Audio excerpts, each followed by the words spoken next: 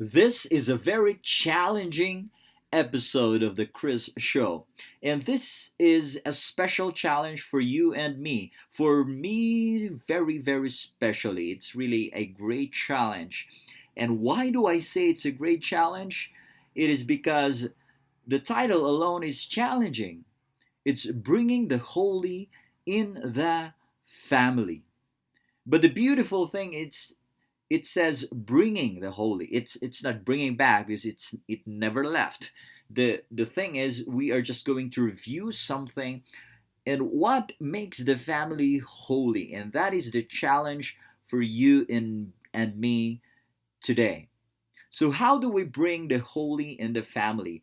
And it's not you, it's not me who's going to bring the holy, but it is in a series of steps that we are going to talk about somewhat now, and it's about that person that will bring the holy in the family. And that's not you, that's not me, it's someone and whose birth was just celebrated in the season of Christmas, and the name is Jesus. The name is Jesus.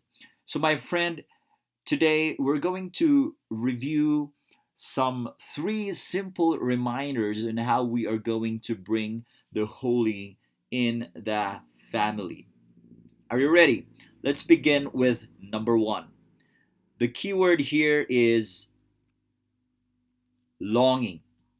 Say longing. It's yearning. The longing for something that is sometimes it's not there, sometimes it's there, but you long for it. And we're going to take the story of when Jesus and Joseph and Mary went to Jerusalem, and they've been doing this for for many times already, for several times. And when he was 12 years old, he went back to Jerusalem once again. And after what they did there, they went back home. Well, supposedly that's what Joseph and Mary thought. But then they realized somewhere along the way that Jesus was not with them. And here's what happened: they started looking for him. They started looking for him. My friend, today we are being reminded to start looking for Jesus, to long for him, to long for his presence in our family, in our relationships, just like what we want him to be present in our job, in our daily lives. My friend, how are we looking for him? Do we have that longing to to feel his presence once again in our lives? And yes, this is a great challenge, but let me challenge you to start looking for him. When times when tough times would come and it seems that he is not present, let us start looking for him. At times when we are so challenged, when we are facing a dilemma of what to choose, because either way will be at a loss, shall we rather start looking for him? My friend, do we have that longing? Do we have that longing? Number two, my friend, number two, obedience. Obedience. And we'll see this in the story that is being modeled even by Joseph and Mary, but in the story being modeled by Jesus. When they found him in the temple speaking with the wise men there, and they were astonished by his wise answers as well, Joseph and Mary approached him and, and asked him to come home with them. Now, if you remember the story, Jesus said something that is also astonishing, and maybe it's not something that we understand immediately. But because of that, even Joseph and Mary didn't understand. And since Since the parents the parents asked him, he demonstrated obedience. And what did he do? He went down with them. He went down and came home with them. My friend, we are reminded right now to obey, to obey the Lord's commands, to obey the church reminders, to obey the rules, the commandments, because these rules will give life to us. But sometimes the sad thing is when we look at the rules, we think that the church is killjoy. We think that the Bible is not something that we are going to enjoy. But hey, hey, hey, look at Psalm 128 declaring what will happen to a person who is obedient. My friend, it says, happy are those who obey the Lord, who live by his commands. Your work will provide for your needs. You will be happy and prosperous. Would you like that?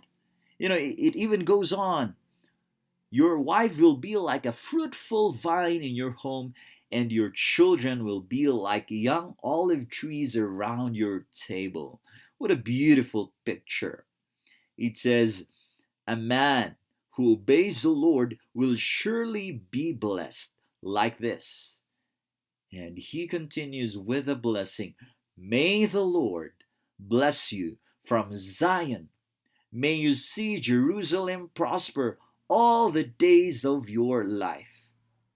May you live to see your grandchildren. My friend, may you live. May you be blessed. That is what is being offered. That is what is being given. That is what is being declared to a person who obeys. My friend, we are being reminded to long for Jesus and then to obey his commands. But in the context of family, maybe we are asking, what are the ways on how we can obey? And let me share with you a beautiful reading from the letter of Paul to the Colossians in chapter 3, verses 12 to 21. And it's beautiful because in the Catholic Church, this is the second reading of today, the Feast of the Holy Family. And let me read it to you. It says this: You are the people of God. He loved you and chose you for his own. So then, you must clothe yourselves with compassion, kindness, humility, gentleness, and patience. Be tolerant with one another and forgive one another whenever any of you has a complaint against someone else. You must forgive one another just as the Lord has forgiven you. And to all these qualities add love, which binds all things together in perfect unity. The peace that Christ gives is to guide you in the decisions you make. For it is to this peace that God has called you together in the one body. And be thankful. Christ's message in all its richness must live in your hearts. Teach and instruct one another with all wisdom. Sing psalms, hymns, and sacred songs. Sing to God with thanksgiving in your hearts. Everything you do or say then should be done in the name of the Lord Jesus, as you give thanks through him to God the Father. Wives, submit yourselves to your husbands, for that is what you should do as Christians. Husbands, love your wives and do not be harsh with them. Children, it is your Christian duty to obey your parents always, for that is what pleases God. Parents, do not irritate your children, or they will become discouraged. My friend, what a beautiful sharing. What a beautiful reading. What a beautiful letter. What a beautiful word. And it's so concrete and so practical. It is message to each one of us. It is a message instruction to the wives, to the husbands, to the children, to the parents. My friend, we are being reminded to obey his commands. And earlier we've read the Psalms that we happy are those who obey the Lord and live according to his commands. Obedience, my friend, obedience. And finally, the third keyword is love. And it's not just a word, it's something that is so real. And if we go back to the story of what we were talking about earlier when Jesus was found at the temple, they asked him to go home. But before that, before he went down, he said something. He said that, "Don't you know that I must be in my father's house? Don't you know that?" He said that. But if you take a look at the story, the gospel, it says they did not understand. They did not understand what he said. Joseph and Mary did not understand. And so what he did, he went down with them. My friend, what is being shown here? What is being shown here is Jesus' patience and love and mercy and grace being offered to us, being given to us. Do we accept that love? And are we being reminded of that beautiful love, that amazing grace that sometimes we do not understand the mercy that is in him, that even at times that we do not understand, so, at times that we fail and we falter and we fall down and we commit mistakes, we commit sins. But hey, when we commit these things, we go back searching him, we go back toward him because he understands. He understands. And because he is full of love and mercy and grace, we just have to accept that forgiveness, that love, and be inspired and empowered once again to rise up and continue our journey in the light and love of the Lord. My friend, especially in the family, there are many challenges.